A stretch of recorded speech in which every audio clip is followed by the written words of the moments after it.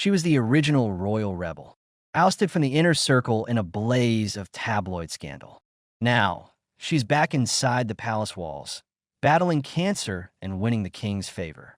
And throughout it all, she has maintained a deafening silence about the woman who followed in her footsteps, Meghan, the Duchess of Sussex. Why? What is the real relationship between Sarah Ferguson and Meghan Markle? The answer is not one of friendship or of rivalry. It is something far more strategic, far more calculated, and it exposes the brutal survival instincts required to navigate the House of Windsor. Welcome to Royal Report 24/7, the channel that dares to ask the questions no one else will. If you want to understand the real alliances and animosities within the royal family, you are in the right place. Before we reveal the explosive truth about Fergie and Meghan, you need to be part of our community. Subscribe to Royal Report 24/7 and hit that like button right now. Your support gives us the resources to uncover these stories. Share this video to help spread the truth. Now, let's dive into the shocking reality. On the surface, it would seem logical that these two women would be allies. Both were outsiders. Both were vilified by the British press. Both struggled to fit into the rigid protocols of the monarchy. The parallels are undeniable.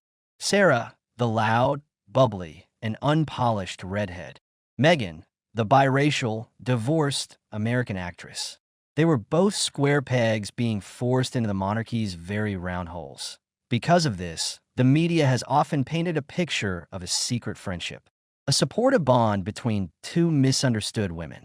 But our sources, deep within both the York and Sussex camps, confirm a very different story.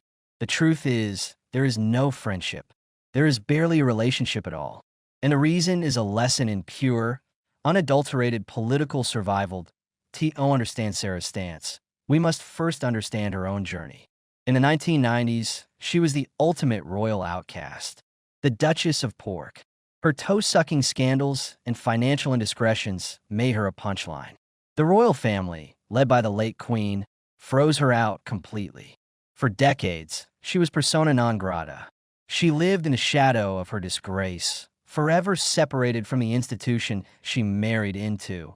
Her road back has been long, painful, and meticulously calculated. It did not happen overnight. It involved decades of quiet work, supporting Prince Andrew despite their divorce, maintaining a respectful, if distant, relationship with the crown, and most importantly, never, ever causing a public scene or criticizing the family. Her rehabilitation began in earnest with the late Queen's Platinum Jubilee and was solidified by King Charles after her cancer diagnosis. She's now being welcomed back into the fold. She attends family events. She is seen at Balmoral. She has, against all odds, earned a fragile second chance. And this is the crucial key to understanding her relationship with Meghan Markle.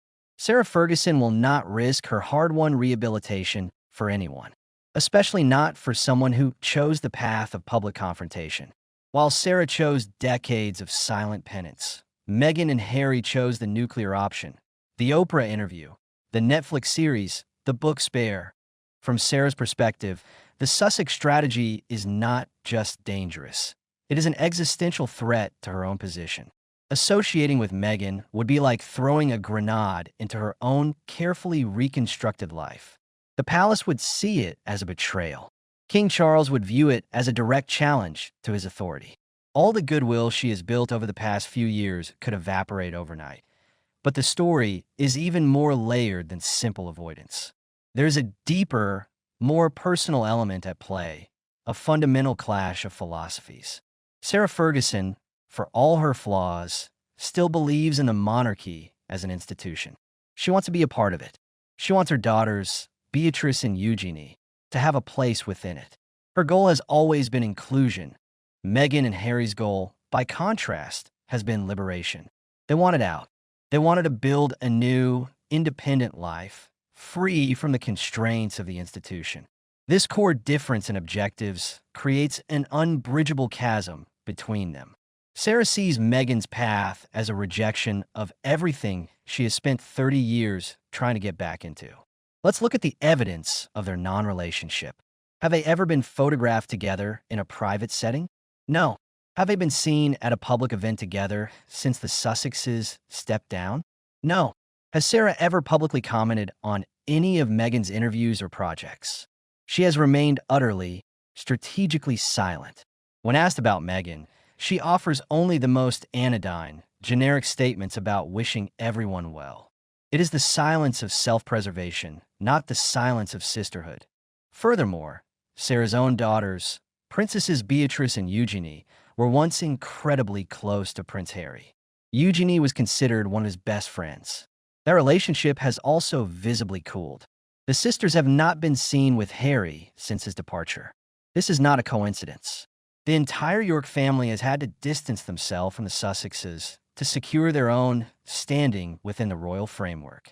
Some have speculated that there is jealousy involved, that Sarah resents Meghan for achieving the global fame and financial independence that she, Fergie, never could.